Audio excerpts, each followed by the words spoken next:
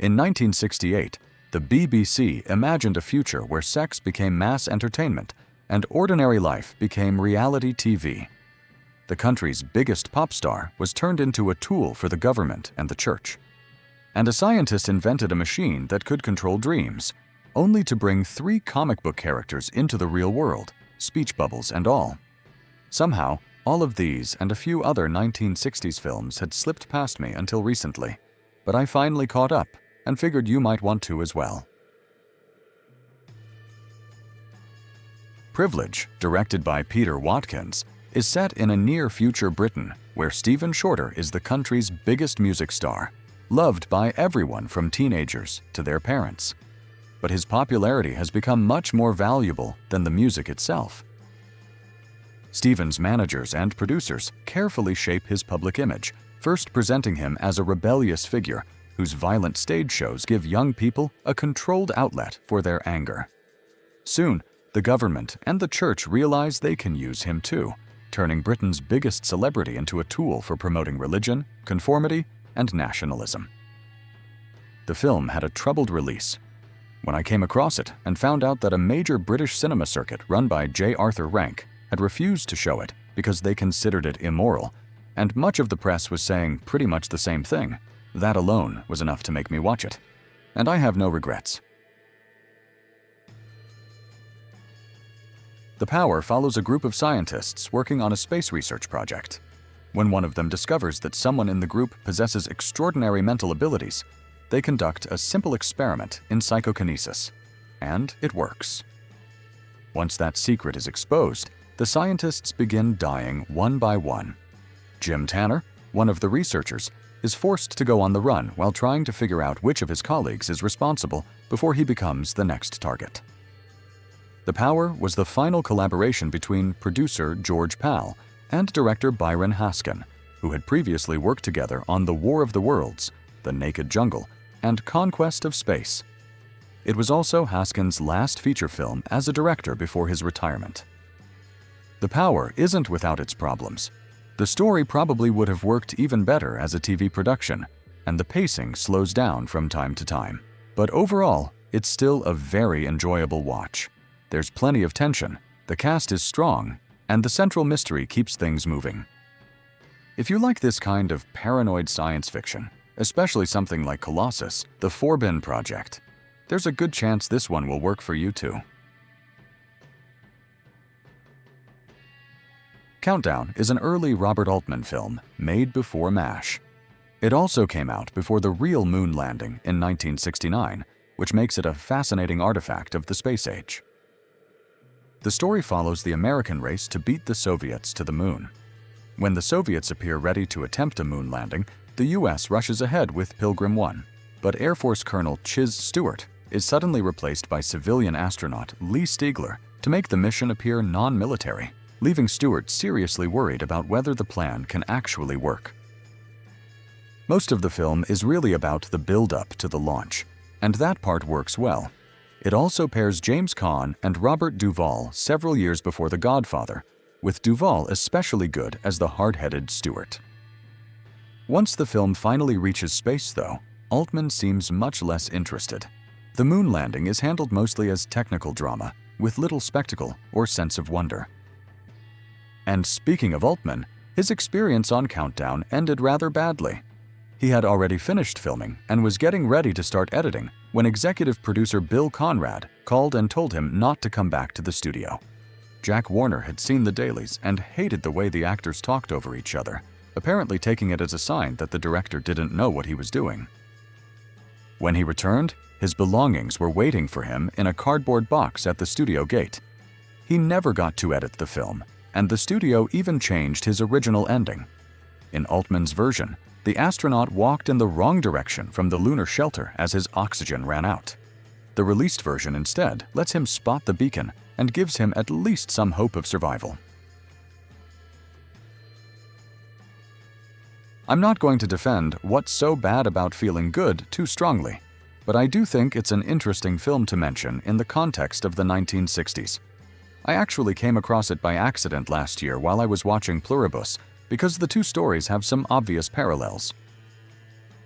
A toucan arrives in New York carrying an airborne virus that causes uncontrollable happiness. It soon reaches a group of beatnik artists who pride themselves on being miserable, but once infected, they suddenly get jobs, clean themselves up, and settle into cheerful middle-class lives. The problem is that as the virus spreads, alcohol and cigarette sales collapse, divorce rates fall, and the government decides something has to be done. The basic idea is funny, and there are some genuinely good little gags along the way. But the film's idea of a better society is also strangely conservative. Happiness seems to mean becoming respectable and comfortably middle class, while the counterculture is treated as something that simply needs to be corrected. But what bothered me more, to be honest, were the absolutely terrible songs. Another science fiction comedy, but this time from Czechoslovakia. Who Wants to Kill Jessie takes the look and logic of comic books and brings them directly into the real world. The story follows a married couple of scientists. The wife invents a device designed to control dreams, but it has one unexpected side effect. Things from those dreams can become real.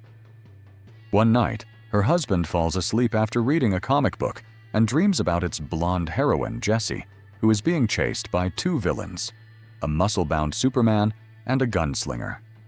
The experiment works a little too well, and the next morning, all three comic book characters have become real. From there, it turns into one long chase as Jessie tries to escape her enemies, and the scientists try to deal with what they've accidentally created. One of my favorite details is that the comic book characters don't suddenly start speaking normally. Their words still appear in speech balloons above their heads, now floating around in the real world, along with other comic book effects. The English subtitled version of Who Wants to Kill Jessie takes a bit of digging to find, but it is out there online. His Name Was Robert is much easier to find. It's right there on YouTube, although you'll still need subtitles since it's a Soviet film. It follows a scientist who creates an experimental humanoid robot named Robert, designed for future missions into deep space. Robert looks exactly like his creator, and before sending him anywhere near space, the scientists decide to test how well he can function around ordinary people. For the experiment, Robert is sent on a date with a young woman named Tanya. The problem is that he takes almost everything she says literally and follows her requests with absolute obedience, no matter how ridiculous they are. He also seems to develop something resembling feelings for her, which makes the experiment considerably harder to control. It actually reminded me a lot of the 1987 comedy Making Mr. Right, starring John Malkovich. I even checked whether it was a remake of His Name Was Robert. The similarities are definitely there, but I couldn't find anything official. There's also a fun connection to Planet of Storms.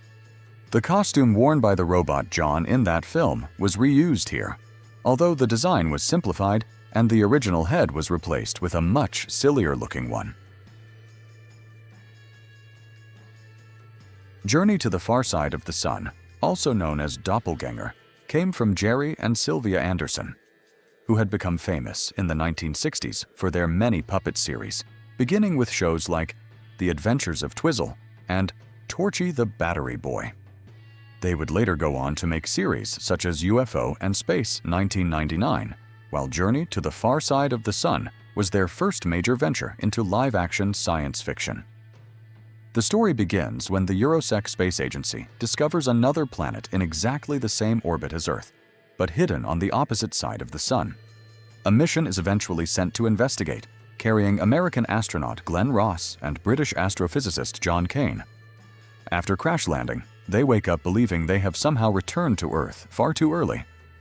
But Ross gradually begins noticing small things that are wrong, leading him to suspect that this isn't Earth at all, but a mirror version of it. The plot and characters aren't really what the film is built around. The technology and effects are much more important here, and they're also one of the main reasons to watch it. The model work is excellent, especially the launch sequence, and there are plenty of wonderfully elaborate Anderson-style machines throughout. Whatever else you think of the film, it certainly knows how to make its hardware look good.